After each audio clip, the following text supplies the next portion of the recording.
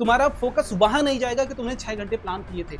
लेकिन हम स्टार्ट करेंगे कि भैया कैसे हम प्लान करें कि मैथ्स एक ऐसा सब्जेक्ट जो तुम्हें डर भी लगता है, तुम्हारे स्कोर भी कम आते हैं, वो क्यों आते हैं? मतलब at the end of day आपके पास वो 20 क्वेश्चन सॉल्व होने चाहिए एनी हाउ। 20 अलग अलग तरीके क्वेश्चन लगाओगे तो तुम्हें 20 अलग अलग पैटर्न्स पता चलेंगे क्वेश्चन को सॉल्व करने के। जो चीजें तुम पढ़ते हो उसको रिवाइज करना भी जरूरी है, उसको रिटेन करना भी जरूरी है। पिछले 2 महीने से सिर्फ तुम प्लान ही बना रहे हो कि आज से पढ़ूंगा, कल से पढ़ूंगा, कब से पढ़ोगे ये तुम सोच नहीं पा रहे हो। देखो प्रॉब्लम कहाँ आती है? प्रॉब्लम आती है प्लानिंग वर्सेस एग्जीक्यूशन में। तुम प्लान तो बहुत अच्छा करते हो कि भैया हम 18 घंटे पढ़ेंगे, 12 घंटे पढ़ेंगे, मम्मी को बता दोगे आज 6 घंटे में पढ़ूंगा, कल से 8 घंटे पढ़ूंगा, स्कूल का बहुत सारा होमवर्क है, बहुत सारी टेंशन है। वीडियो तुम एंड तक देखना, बस तुम्हें एक एक चीज में बताऊंगा कि प्लान अगर तुम करते हो तो एक जेन्युइन प्लान तुम्हें कैसे बनाना होता है जो कि तुम फॉलो कर पाओ, क्योंकि सबसे बड़ा जो रोल होता है वो एग्जीक्यूशन का होता है। अगर तुम एग्जीक्यूट नहीं कर पा रहे हो, यही डिफरेंस है तुम्हारे टॉपर और तुम्हारे एवरेज माइंडसेट के बीच में। देखो सबसे पहले हम लोग बात करते हैं प्लानिंग के लिए। अगर तुम प्लान कर भी रहो ना तो अपने आप को जो प्लान दो, बहुत ही लिमिटेड प्लान तुम्हें देना होता है कि अगर आप कोई भी काम करना चाह रहे हो, कोई भी चीज करना चाह रहे हो, बहुत लिमिटेशन है। अगर मुझे पता है कि मैं सिर्फ 4 घंटे ही बैठ सकता हूं पढ़ने, 2 ही घंटा बैठ सकता हूं पढ़ने, उससे ज्यादा मेरी अवेलेबिलिटी नहीं है, मेरी कैपेबिलिटी नहीं है, तो मैं उससे ज्यादा टाइम खुद को टास्क दूंगा ही नहीं। मैं सिर्फ उतने की ही अवेलेबिलिटी के अकॉर्डिंग अपने टास्क या फिर अपना जो भी प्लान है उतना ही बनाऊंगा। अगर तुम लेट सपोज बना लेते हो कि मैं आज भैया 12 घंटे पढ़ूंगा, तुम सिर्फ एग्जीक्यूट 6 घंटे भी नहीं कर पाते हो सही से, तो जो तुमने 12 घंटे का प्लान बनाया और तुमने फॉलो ही 6 घंटा किया, बैक ऑफ माइंड तुम्हारे एक चीज चलेगी कि मैं जो प्लान बना के बैठा हूं वो तो मेरा पूरा ही नहीं हुआ। तुम्हारा फोकस वहां नहीं जाएगा कि तुमने 6 घंटे प्लान किए थे। तो अगर तुम यही तरीका अपनाते कि तुम ये 12 घंटे की जगह खुद को अपना टास्क देते कि मैं सिर्फ आज 6 घंटे पढ़ने वाला हूं, तो और अगर तुम वो 6 के 6 अचीव कर लेते, तुम्हारे मन में वो एक मोटिवेशन होता, एक माइंडसेट तुम्हारा प्रिपेयर होता कि मैं जो प्लान कर रहा हूं उसको एग्जीक्यूट कर पा रहा हूं। तो सबसे बड़ा जो रोल है बेटा वो है एग्जीक्यूशन का। अब तुम्हारे मन में और भी बहुत सारे सवाल होंगे, एक एक सवालों के मैं जवाब दूंगा, लेकिन हम स्टार्ट करेंगे कि भैया कैसे हम प्लान करें। देखो डेली के तुम्हारे कुछ चेकलिस्ट होने चाहिए कि मुझे आज के सुबह, जब तुम सुबह उठते हो, तुम्हारे पास एक प्रॉपर पूरे डे का रोड मैप होना चाहिए कि मुझे आज ये चीजें करनी है, ये चीजें मैं आज करूंगा। जैसे अगर मैं बात करता हूं स्टार्टिंग में, जैसे ही आप 6 बजे लेट सपोज आप उठते हो 6 AM पे, आपको 6 AM पे ही पता होना चाहिए कि मुझे पूरे डे का रूटीन क्या है। पूरे डे में जैसे मैं अगर मैथ्स सब्जेक्ट लेट सपोज मैं मैथ्स मुझे पढ़ना है, मैं मैथ्स 2 घंटे आज पढ़ूंगा, उसमें मैं रिवीजन करूंगा, उसमें मैं प्रैक्टिस करूंगा, उसमें मैं थ्योरी कवर करूंगा, सब कुछ करूंगा, बट मेरा प्लान इतने टाइम का है। आगे बात करते हैं साइंस के लिए, मैं 2 घंटे डिवोट करूंगा, अगर 2 घंटे मुझसे नहीं हो पा रहे हैं मैं 1.5 आवर बनाऊंगा। ये तुम्हें खुद के चेकलिस्ट बनाने हैं, ये मैं सिर्फ एग्जांपल के तौर पे तुम्हें बता रहा हूं कि तुम्हारी खुद की चेकलिस्ट कैसी होनी चाहिए। ये टाइम तुम्हारे अकॉर्डिंग वेरी हो सकता है, किसी के लिए 2 घंटे, किसी के लिए 4 घंटे, वो डिपेंड करता है सिर्फ तुम्हारे ऊपर। आगे बात करते हैं एसएसटी, अगर मुझे आसान लगती है मैं सिर्फ 1 घंटे डिवोट करूंगा, अगर हार्ड लगती है मैं थोड़ा और ज्यादा डिवोट करूंगा। इंग्लिश में मुझे नॉर्मली काम चल जाएगा, मेरा बहुत ज्यादा प्रेशर नहीं होता, लैंग्वेज सब्जेक्ट है, 45 मिनट्स दूंगा तब भी चल जाएगा, हिंदी में भी 45 मिनट्स दूंगा। मैं डेली फॉर्मूला रिवीजन करूंगा, तभी जाके धीरे धीरे मेरी मैथ्स स्ट्रांग होगी। ये बात तुम्हें समझनी पड़ेगी कि मैथ्स एक ऐसा सब्जेक्ट जो तुम्हें डर भी लगता है, तुम्हारे स्कोर भी कम आते हैं, वो क्यों आते हैं? क्योंकि तुम डेली प्रैक्टिस नहीं करते हो। प्रैक्टिस में डेली तुम्हें रिवीजन करना होता है, डेली फॉर्मूला रिवाइज करना होता है, बार बार कॉन्सेप्ट रिवाइज करने होते हैं, तब जाके वो धीरे धीरे क्यूमुलेट होके तुम्हारे स्कोर को इनहेंस कराती है। आगे बात करते हैं एनसीईआरटी रीडिंग, डेली तुम्हें 20 मिनट एनसीईआरटी रीडिंग डालनी पड़ती है, ये चीजें तुम्हें करनी पड़ेगी। और सबसे इंपॉर्टेंट होता है प्रीवियस डे का रिवीजन। आपको जब भी आप चीजें स्टार्ट कर रहे हो या फिर एंड कर रहे हो, ये ध्यान रखना आज जो आपने पढ़ा है उसको तो रिवाइज करना ही है, बिल्कुल जो कल आपने पढ़ा था वो भी चीजें आपको प्रॉपर रिवाइज करनी होती है। ये चेकलिस्ट तुम्हारे पास डेली का होना चाहिए। आगे बात करते हैं डेली टाइम टेबल, किस तरीके से तुम्हें प्रिपेयर करना है। अपने गोल सेट करो कि आज मैं स्टार्टिंग में मैंने स्टार्ट किया कि मैं आज मैथ्स के 20 क्वेश्चंस लगाऊंगा, मतलब at the end of day आपके पास वो 20 क्वेश्चन सॉल्व होने चाहिए एनी हाउ, है ना। बाकी बहुत सारे बच्चे कुछ ऐसा टाइम टेबल बनाते हैं, कैसा बनाते हैं कि 5:45 से 6:45 तक हम एसएसटी पढ़ेंगे, उसके बाद स्कूल टाइम रहेगा हमारा ऐसा फोकस इन क्लास, उसके बाद 4:30 से 5:30 साइंस की थ्योरी पढ़ेंगे, 5:30 से 6:30 पढ़ेंगे साइंस के न्यूमेरिकल्स, फिर 7 बजे से 8 बजे तक मैथ्स की प्रॉब्लम सॉल्विंग करेंगे, 8 से 8:45 पर हम इंग्लिश हिंदी अल्टरनेट डेज पे पढ़ेंगे, 8:45 से 9:15 तक आईटी और एआई रिवाइज कर लेंगे, और लास्ट में फिर फ्लैश कार्ड, ये सब कुछ कर लेंगे। ये सब कुछ कर सकते हो, लेकिन ये तब कर पाओगे जब तुम टॉपर माइंडसेट के होगे। अगर तुम एवरेज माइंडसेट के हो तो ये तुमसे फॉलो ही नहीं होगा। इसका अल्टरनेट क्या है? इसका अल्टरनेट सिर्फ इतना है कि तुम्हें फिक्स्ड गोल रखने, फिक्स टास्क, टास्क वाइज अपनी पढ़ाई करो। कैसे टास्क वाइज पढ़ाई करोगे? भैया मैं आज डे स्टार्ट हो रहा है, मुझे पता है कि आज साइंस का लाइव चैप्टर मुझे आधा फिनिश कर देना है, बस यही है तुम्हारे पूरे दिन का टास्क। अब जब भी तुम अपना स्लॉट, स्टडी स्लॉट फिक्स कर लो कि मैं इस स्लॉट में पढ़ूंगा, मेरा टास्क फिक्स है कि मुझे लाइट का ये टॉपिक फिनिश करना है, मैं वो फिनिश करूंगा, बस दैट्स इट। उसके अलावा तुम्हें और कोई भी काम नहीं करना है, सिर्फ वही करना है। टास्क बेस्ड स्टडी जब तुम करोगे ना, तुम्हें खुद समझ में आएगा कि अगर मेरे टास्क फिनिश हो रहे हैं, मोटिवेट होगे आगे, और तुम चीजों को कवर करोगे, एक एक टॉपिक को और समझने की कोशिश करोगे आगे आगे। और देखो क्या क्या चीजें मैं बता रहा हूँ। देखो एक चीज और समझो, बहुत सारे बच्चों की कंप्लेन होती है जब 9th में हो, 10th में, किसी भी क्लास में टाइम मैनेज नहीं हो पाता।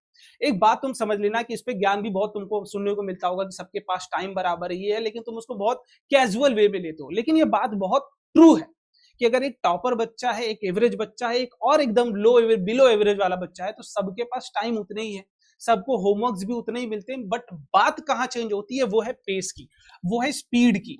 वो चीज क्या है? वो चीज स्पीड है। करने, किसी भी काम को करने की स्पीड। जिस काम को तुम, अगर तुम्हें 10 क्वेश्चन सॉल्व करने के लिए दे दिया जाए, तुम उन्हीं 10 क्वेश्चन को सॉल्व करने में अपने 30 मिनट्स, हो सकता है 1 आवर तक स्पेंड कर दो। बट एक टॉपर माइंडसेट का बच्चा सिर्फ उस 10 क्वेश्चन को 10 से 15 मिनट में फिनिश करने की कोशिश करेगा। तो जो तुमने वहां टाइम अपना वेस्ट किया है एक पर्टिकुलर क्वेश्चन में, एक सेट ऑफ क्वेश्चंस में, वहां वो टाइम बचाता है और वही टाइम किसी और सब्जेक्ट में यूटिलाइज करता है, किसी और टास्क में यूटिलाइज करता है। यही चीज तुम्हारे अंदर भी होनी चाहिए कि जो भी तुम काम कर रहे हो, तुम्हारे पास टाइम लिमिटेड है, सबके पास टाइम बराबर है, बट उसमें से टाइम कैसे तुम बचा पाते हो। जब तुम्हारी गलती सबसे बड़ी क्या होती है कि जब तुम हाईली एनर्जेटिक मोड में होते हो, उस टाइम पे सबसे बोरिंग सब्जेक्ट लेके बैठ जाते हो। सबसे बड़ी गलती होती है, सबसे बड़ी गलती यही है, और इसको तुम्हें हटाना पड़ेगा कि जब तुम हाईली एनर्जेटिक स्टेट में हो, तुम अपना सबसे टफेस्ट सब्जेक्ट उठाओ, उस टाइम पे तुम उसको टैकल करो और काफी स्पीड के साथ, हाई पेस के साथ उसको कवर करो। तब जाके धीरे धीरे तुम्हारी स्टडी का जो टॉपर माइंडसेट है, जो तुम्हारा एवरेज माइंडसेट है ना, वो टॉपर की तरफ शिफ्ट होगा। और भी क्या होता है भैया, क्वेश्चन सॉल्व ही नहीं होते। सॉल्व कैसे होंगे? देखो एक बात समझना, अगर तुमसे क्वेश्चन सॉल्व नहीं हो रहे हैं तो ये ठीक सॉल्व करने से ही होगा, इसके अलावा कोई दूसरा ऑप्शन नहीं है। ये क्या मैं बोल रहा हूँ, एकदम सही बात बोल रहा हूँ तुम्हारे लिए। अगर तुमसे क्वेश्चन सॉल्व नहीं होता है तो तुम्हें उसको सही करने के लिए और क्वेश्चन सॉल्व करने पड़ेंगे, और एग्जाम्पल सॉल्व करने पड़ेंगे। जब तुम नए नए एग्जाम्पल सॉल्व करोगे, तुम्हें नए नए अप्रोचेस का पता चलेगा कि अच्छा ये तरीका यहाँ यूज हो सकता है, ये तरीका इस क्वेश्चन में, ये फॉर्मेट होता है, ये इक्वेशन ऑफ मोशन लगती है, ये इक्वेशन लगती है इसको सॉल्व करने के लिए। जब तुम 20 अलग अलग तरीके क्वेश्चंस लगाओगे तो तुम्हें 20 अलग अलग पैटर्न्स पता चलेंगे क्वेश्चंस को सॉल्व करने के। तो जब भी तुमसे क्वेश्चन सॉल्व नहीं होता है तो वहां डिमोटिवेट होकर हटना नहीं है तुम्हें, बल्कि और रैंडम क्वेश्चंस को सॉल्व करना चाहिए। तभी जाके तुम्हें 20 या फिर जितने भी तुम क्वेश्चन सॉल्व करोगे, उतने अलग अलग पैटर्न्स पता चलेंगे क्वेश्चंस को सॉल्व करने के लिए। यही अल्टरनेट होता है, इसके अलावा कोई अल्टरनेट होता नहीं है। अगला स्टार्ट ही सबसे इंपॉर्टेंट है, यही मैं लाइन तुम्हें समझाना चाह रहा हूं। पूरे दिन में अगर तुम प्रोक्रेस्टिनेट करते रहते हो कि अभी करूंगा, 1 घंटे बाद करूंगा, 2 घंटे बाद करूंगा, उसके बाद करूंगा, यही चीज है जो तुम्हें गिल्ट फील कराएगी। आज से 1 महीने बाद जब तुम्हारे हाफ ईयरली एग्जाम हो रहे होंगे, तब तुम फील करोगे कि मुझे और पहले से पढ़ना चाहिए था। वो स्टार्ट बहुत जरूरी होता है।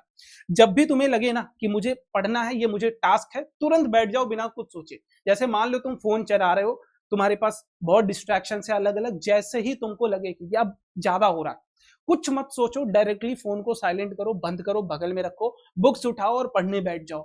यही चीज होती है, यही चीज तुम्हें मिस करते हो। वो है सबसे क्या, स्टार्ट। स्टार्ट कभी कोई टाइम देख के नहीं आएगा।